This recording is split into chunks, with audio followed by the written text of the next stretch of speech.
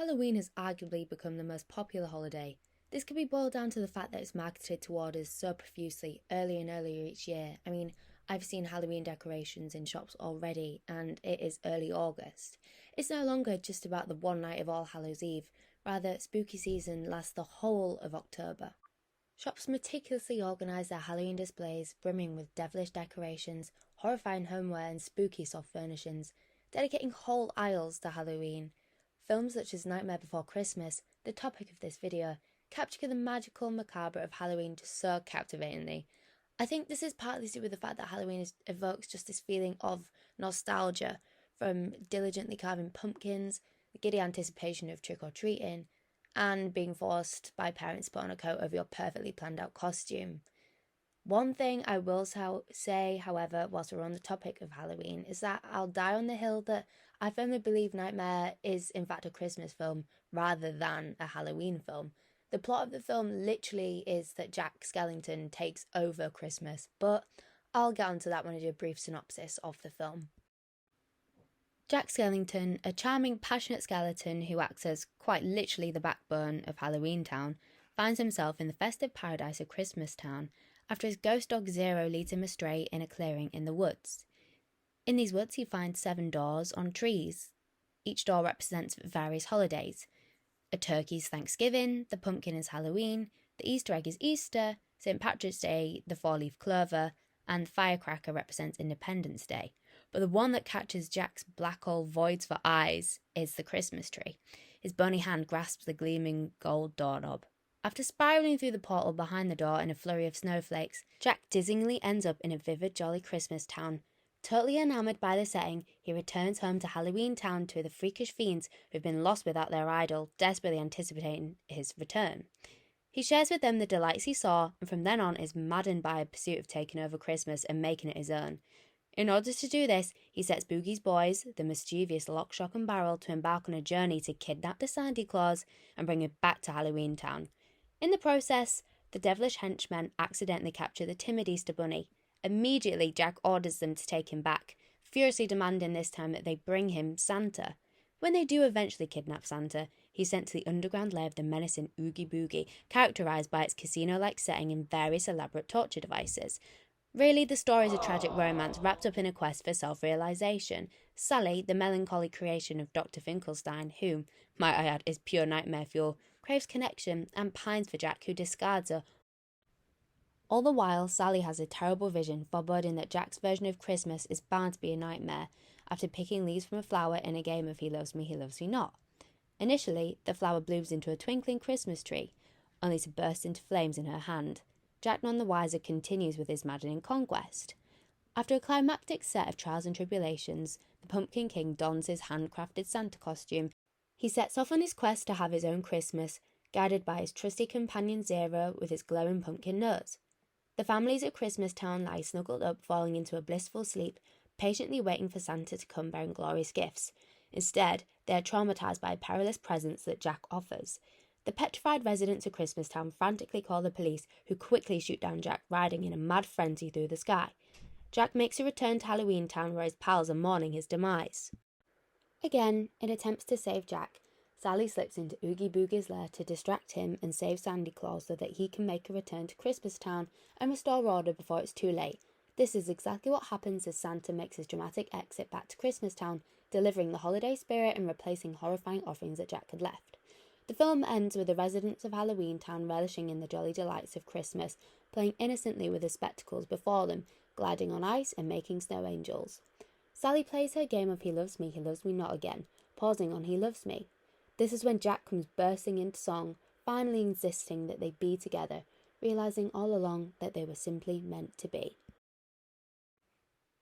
The Nightmare Before Christmas totally captures the spirit of the holidays, from the jolly comforts of Christmas to the spookiness of Halloween.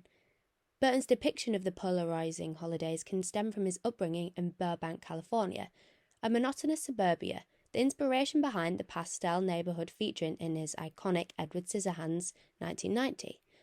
The holidays provided some change to the mundanity that plagued his childhood. Burton on Burton, a biographical account that delves into the auteur's works and idiosyncrasies, reveals that, for Tim Burton, Growing up in Burbank, he responded to the holidays, especially Halloween and Christmas, because they were the most visual and fun in some respects.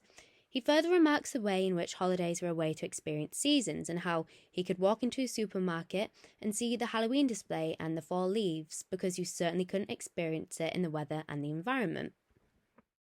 The gloomy mise-en-scène of The Nightmare Before Christmas is characterised largely by the handcrafted set, which is built with one rule in place. There were to be no right angles on any of the set, reveals Dean Taylor, the art director for the film. For this would be too cookie-cutter and conformist. This helped give Halloween Town its skew charm. Much like stop motion itself, the production of the film was very much stops and starts, taking just over 3 years to make. This, and the fact that Burton had other commitments, filming Batman Returns, prolonged the film-making process. This isn't to say Burton regarded Nightmare with apathy, rather it was a passion project that he was confident would come into fruition. Originating from a poem Burton wrote in 1982 after completing Vincent, this was Burton's first stop-motion short film, which also happened to be out of a poem based on a macabre young boy who dreams of being like his idol, the king of horror Vincent Price. He always knew that Nightmare had the capacity to be a success. Whether that meant it was adapted into a short film or a TV special, the director was just eager to get it on screen. Working for Disney at the time worked in Burton's favour. Despite the fact they take a lot of creative control and ownership, they were the engine that drove the project, leaping at the opportunity to produce a full-length stop-motion animated film. Busy working on Batman Returns, Burton handed off directing to his pal Henry Selick, who nearly 20 years later would direct Coraline. Visually very similar in style, with gothic yet whimsical aesthetics, it's no wonder people assume it's a Tim Burton film. Stop-motion animation is a meticulous process, and in order for it to be as high quality as possible, Burton and Selick formed a production studio in a joint venture with Disney in 1986. The studio specialised in stop-motion, which provided a space where dedicated animators could revel in their talents. Nightmare was the first film to be produced by the studios, which gave it its name, Skellington Productions. The second film to be produced under the studio was James and the Giant Peach. The resounding success of The Nightmare Before Christmas set a precedent that was hard to match. James and the Giant Peach was a flop at the box office and severely underperformed. In 1996, this saw the shutting down of the company after it failed to make a suitable profit. Evidently, Skellington Studios existed primarily as a means to produce Nightmare Before Christmas. Anything after that was neglected in comparison. If you've been living under a rock or aren't chronically online like the rest of us, you may not be familiar with the literally me archetype that is the internet, mostly young men in a chokehold. Representation is fluid and complex in film regardless of gender. However, the literally me character resonates with young men as it has carved out an image for them that's reflected in themselves. A socially inept guy likely suffering from mental health issues who's alienated from and disdains the society in which he lives. This evokes a pursuit of self-fulfillment and renders them as superior. Under this criteria then, I believe that Jack Skellington can be categorised as one of these literally me characters. Whilst he's no social recluse and not socially inept like Edward Scissorhands, Jack does lead a solitary life with his dog Zero, much like Cliff Booth in Tarantino's Once Upon a Time in Hollywood, who's reliant on his four-legged companion Brandy for companionship. Alongside this, Jack is lonely, but he's not necessarily bothered by this, as relationships would hinder his pursuit of taking over Christmas. And although Jack is not necessarily on a rampage battling the society he so detests, much like the Defences and Travis Bickles of the world, he is on a mission to fill the void he feels deep within himself. In this instance, he's going to take on board the new persona of Santa for this quest of self-fulfillment. The appeal of literally me characters is that they are tangible, relatable, and often good-looking. Patrick Bateman swaggering into his office with his headphones blaring has made an appearance on just about every meme page. The appeal of resembling a stop-motion animated skeleton is little, but this is not to discard his status as an understated literally me character. Whilst on the subject of character archetypes, Jack can be identified as the obsessed artist, joining the Black Swans and Andrew Neimans of the world. This character can be defined as someone willing to compromise their own sanity in their pursuit of perfecting their craft, losing touch with reality in the process. The musical number Jack's Lament depicts him longing for change in his mundane life, plagued by his title of the Pumpkin King. Jack's extensive and obsessive Christmas research, conducting wild experiments, and totally absorbed in taking over the holiday, renders him sacrificing his well-being and neglecting his relationships. yet he refuses to rest until Christmas is in his possession. The Nightmare Before Christmas has a notable score and is narrated subtly as a musical. Each song seamlessly glues the plot together. Michael McDowell was originally head of producing a script. He was the writer of Burton's iconic Beetlejuice. When it came to Nightmare, McDowell had a lackadaisical approach and a lack of involvement, lazily minimising Jack's dialogue to the songs produced by Danny Elfman. Ultimately, this rendered them without a script. Caroline Thompson, screenwriter of Edward Scissorhands, saved the day, taking on the role of script writing. However, little room was left for spoken lines due to her boyfriend Elfman's thorough and captivating telling of Jack's story through his songs. Thompson resurrected The Nightmare Before Christmas in its moment of peril, and made amendments such as bringing Sally to life and making her more three-dimensional and less objectified and femme fatale-esque. Thompson illuminates that Tim's original drawing of Sally was seductive, voluptuous, and a woman with sleek long red hair and a stripy dress that fit her like a glove. However, this did not resonate with Thompson, who very much saw herself in Sally and took it upon herself to reinvent her, donning her in her iconic shabby chic patchwork dress instead. Elfman felt a personal connection to Jack when writing his songs.